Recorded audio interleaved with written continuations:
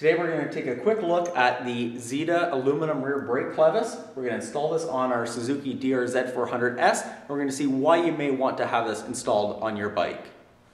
So our stock rear brake clevis is just a piece of steel here that's been stamped to fit and to have the shape to it. It's not very strong, not very nice looking, and the adjustment is difficult because we have to have a nut on the top and the bottom, where our aluminum brake clevis is fully threaded all the way down, so we just need the one lock nut on the top to adjust our rear brake height. Let's get this factory one off and get our Zeta unit installed.